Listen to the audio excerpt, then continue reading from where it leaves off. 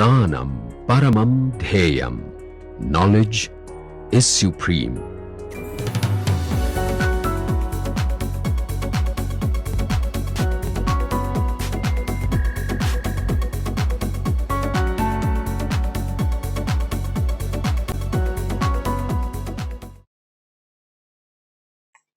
So let me just get on to this compatible and incompatible observables. Okay, so as I have already said, the operators of compatible observables satisfy commutator A comma B equal to 0. There could be a set of compatible observables with A comma B to be 0. Okay. This condition, what does it mean in the context of measurement? I had already told you when you do the measurement on an arbitrary state psi of t, it will collapse to one of the eigenstate of that operator, correct? So, this condition will imply that if you first measure A operator on an arbitrary state, it will collapse to some eigenstate of the A operator. If you try to measure the B operator on that, this, what will it give? So, the claim is it will give the same, the order. If you do it in this order or the other order, the result which you will get will be whatever measurement you get for A and B will be the same. Okay. So, for finite dimensional linear vector space, I have always stressed the fact that you can write for these operators a matrix representation.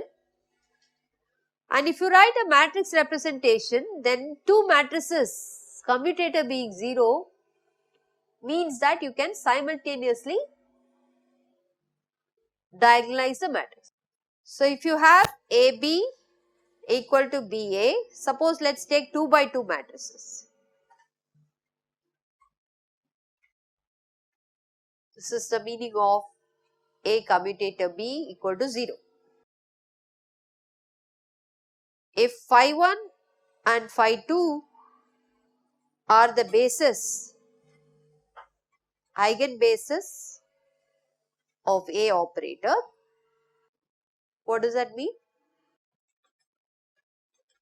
Phi 1 is lambda 1 phi 1, or let me call it as A1 phi 1. A on phi 2 is A2 on phi 2. Let us use this on the state. Let us do that on that state. So, A on B on phi 1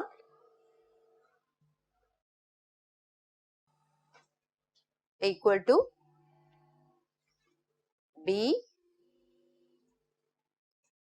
A on phi 1. But A on phi 1 is A1, A1 is a number, eigenvalue, B operator on, what have I got? What is this equation? See the extreme left and the extreme right. B on phi 1 is also an eigenvector of A operator with the same eigenvalue A1. So, B on phi 1 should be proportional to, they are non-degenerate eigenvalues, eigenstates. You can't have two different. So, what does that tell me? That B on phi 1 should be proportional to phi 1. That's it. Or B will also share the same eigenbasis of A operator. So, what have I tried to prove here? I have tried to use the fact that it is compatible observables or the corresponding operators are commuting. Once I take the corresponding operators as commuting, then I get an equation which is like an eigenvalue equation.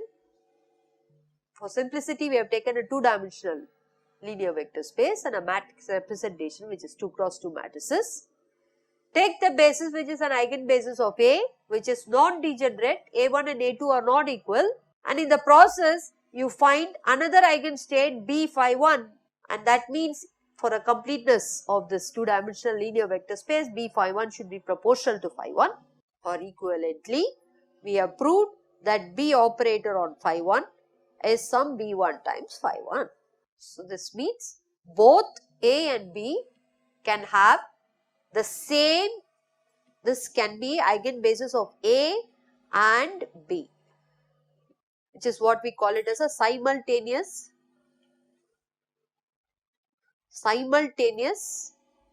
eigenbasis of A and B. You can't do this if they don't commute. You can do this only if they commute.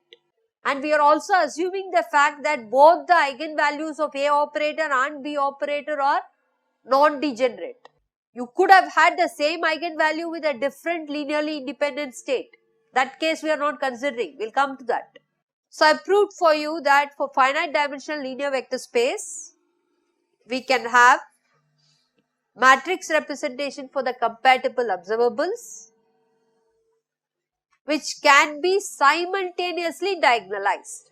Now you are clear? When I say it is the simultaneous eigenbasis, it means that given an A operator and B operator, which are 2 cross 2 matrices, you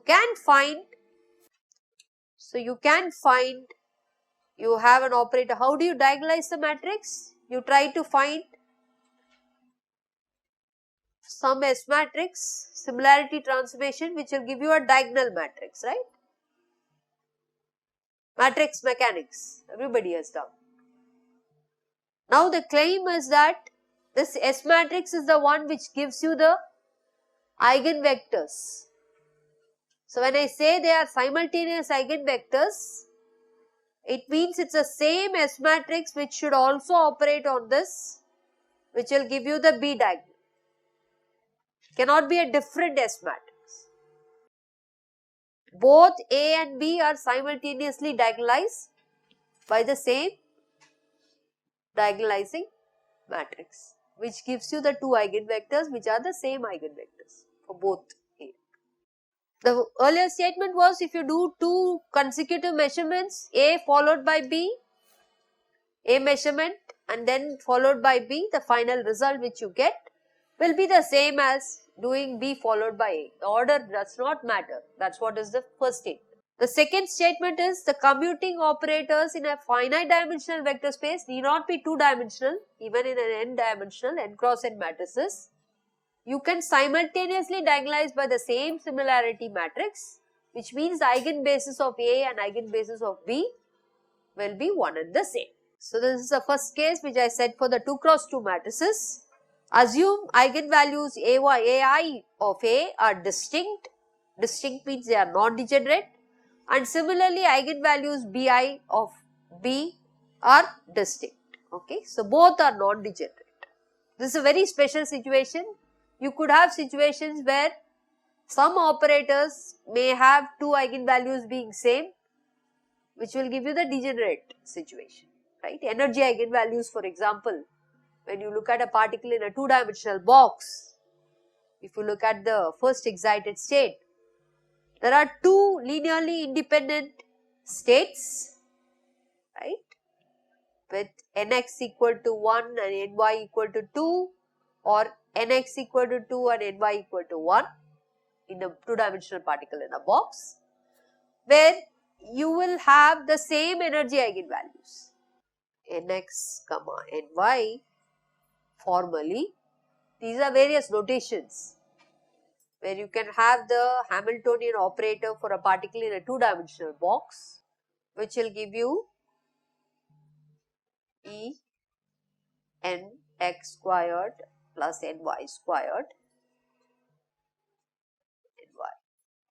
If nx equal to 1 and ny equal to 2, this energy will be E 5. If nx equal to 2 and ny equal to 1, this is also E5. But that states which I write, nx equal to 1 and ny equal to 2, is not proportional to some constant times nx equal to 2 and ny equal to 1. They are linearly independent. In fact, you can explicitly show that nx equal to 1 and y equal to 2 and nx equal to 2 and y equal to 1 is A 0 or non-zero? If you say it's linearly independent and you are looking at a basis which are orthonormal basis, then this is, so this is a degenerate situation. One observable A, if I take it to be an energy operator for a two-dimensional particle in a box, that will be a degenerate situation. I am not looking at the situation, I am looking at one-dimensional particle in a box. Let us say that there are two operators, each of the eigenvalues, the position operator for example, in a one-dimensional box, it is going to be distinct energy position eigenvalue. But there could be situations like this, some functional operator, you can have a functional operator as x squared plus y squared. Then all the points on the circle will have the same eigenvalues, but the states will be different. So that is where you will start seeing degenerate, non-degenerate. Just for simplicity, let us look at most of the 2 cross 2 matrices or 3 cross 3 matrices. Let us take all the eigenvalues of A operator are distinct, node 2 eigenvalues are same, and similarly eigenvalues Bi of B are distinct. What will happen when you do the measurement now? Suppose you do a measurement of the operator A or observable corresponding to the operator A on arbitrary psi. So, I have just replaced your phi n by just n or phi k by k. Okay. So, this is just to further simplify notation. Do not worry about why we are not writing. So, we are going to always write instead of phi n, I am going to just use the shorthand notation n. Remember that phi n eigenvalues lambda n, and that n is what I am keeping track of, and I am not really going to keep track of the phi. This is just a matter of notation. It's just a variable, dummy variable. Okay. So, measurement on an, so you initially have a system given to you prepared in a state psi. That is what you are given. You are trying to do a measurement of an observable A on that arbitrary state in which it is prepared. So, we have already argued that it will collapse to one of the eigenstates of the A operator, but which eigenstate nobody knows before measurement. After measurement, the person says I got AK as the eigenvalue. Once he says I have got AK as the eigenvalue, then I know that it has collapsed to the state K. I am writing phi k as K now. Then if you do B measurement immediately after this, what will be the value of B value? It will be Pk, right? So, this is what is, the system collapses here. What will be the value B measured immediately after this? We can definitely say even before measuring, it has to be Bk. And you can measure and say it is in Bk because once it has collapsed to the eigenstate, it is going to remain in that eigenstate. Right? It has collapsed to one of the eigenbases of A operator, but once it has collapsed into the eigenbases of the A operator, it will remain in that eigenbasis, which is the simultaneous eigenbasis for the B operator as well, because it is compatible observables, both A and B are commuting. That is why even before measurement of B, after you do the measurement of A, you can precisely say what should be the value of the B measurement and you can verify. Okay, what is the next complication we can do? This is what I was trying to say. Suppose the eigenvalues AI of A are degenerate. Let us take A1 to repeat twice. The remaining of them are distinct. Okay, so that is what is a degenerate situation. And whereas you take eigenvalues Bi to be non-degenerate, B1 to Bn are all different. So, let us take that simpler situation. So, let us take A1 and we write A1, A2, A3. So, let us continue here A1, A1, A3, A4, A5 dot till An. As distinct eigenvalues, there is a degeneracy, twofold degeneracy for the eigenvalues, the first and the second eigenvalues. What does it mean? The state 1 and state 2 are degenerate.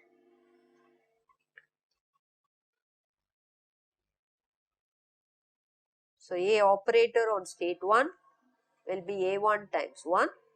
A operator on state 2 is A2 I should have written, but A2 same as A1 on 2 because of the degenerate situation. So now when you do a measurement on an arbitrary state, suppose you take an arbitrary state psi and you try to do a measurement of the A operator, we said it should collapse. What does the experimentalist get? He says I get A1 eigenvalue, suppose. Can you predict the state now? What can you at most say? It can be either one of them or it could also be a linear superposition of them. When he says he has found eigenvalue as A1, the system state has collapsed to, we can only say psi collapses to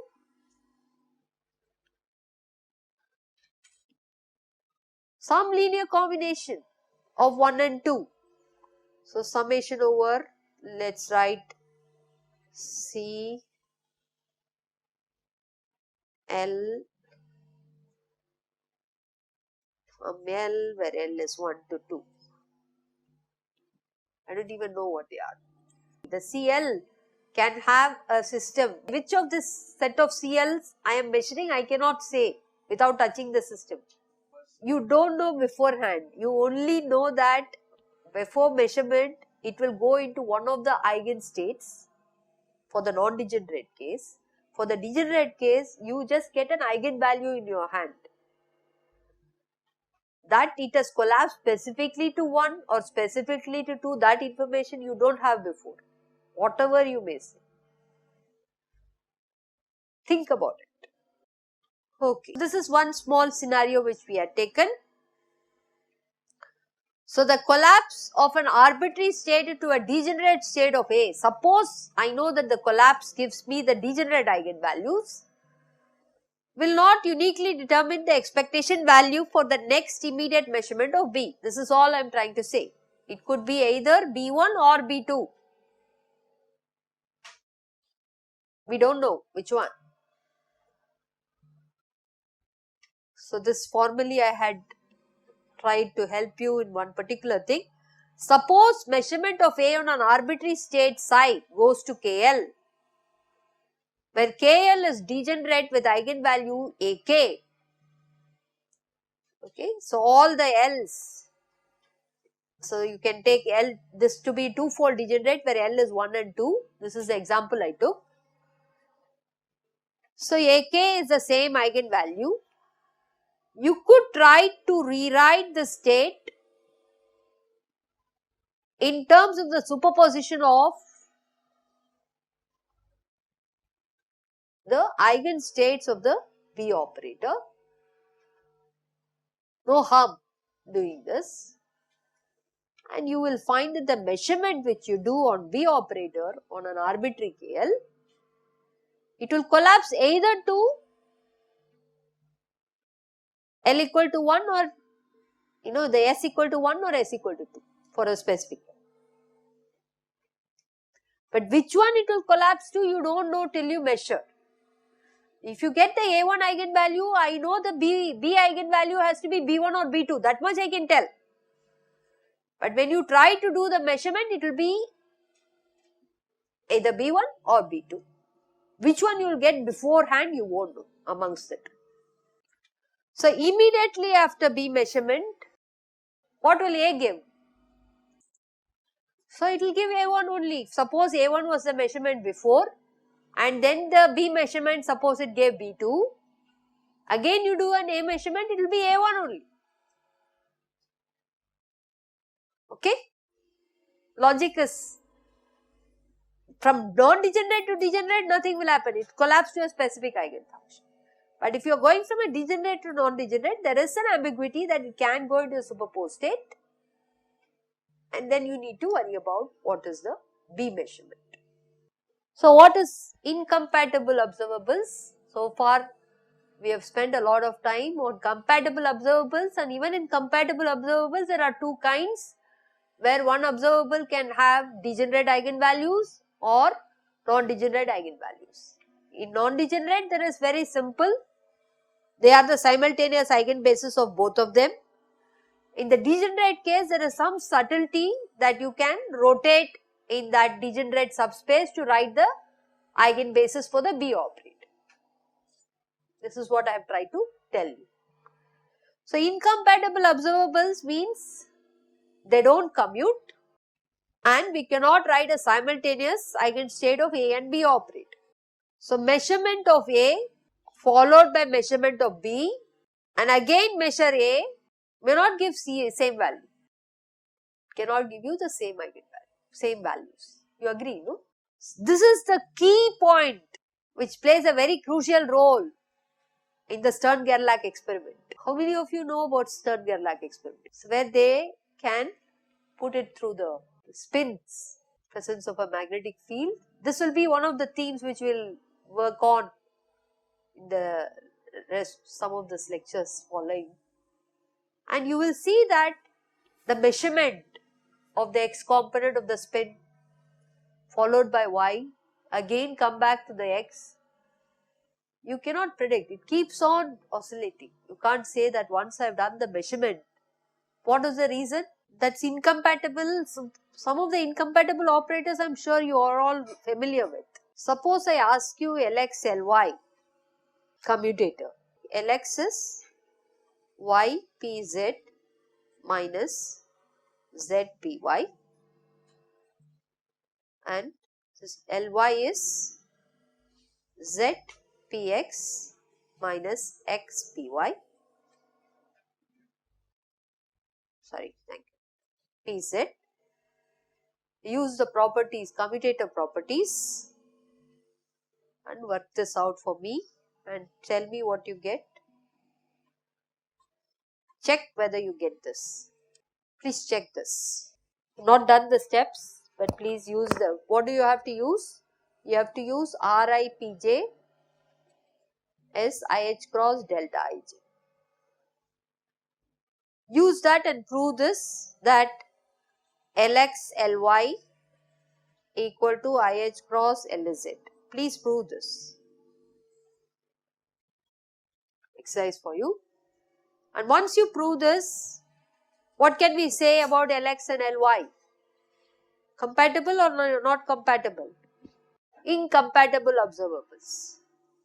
So if you try to measure Lx and then do the measurement of y and again an Lx, you cannot predict what the Lx measurement will be. In the Stern-Gerlach experiment, the intrinsic split which happened of the two beams showed that even though the angular momentum is 0, they have some intrinsic quantum number with the spin quantum numbers.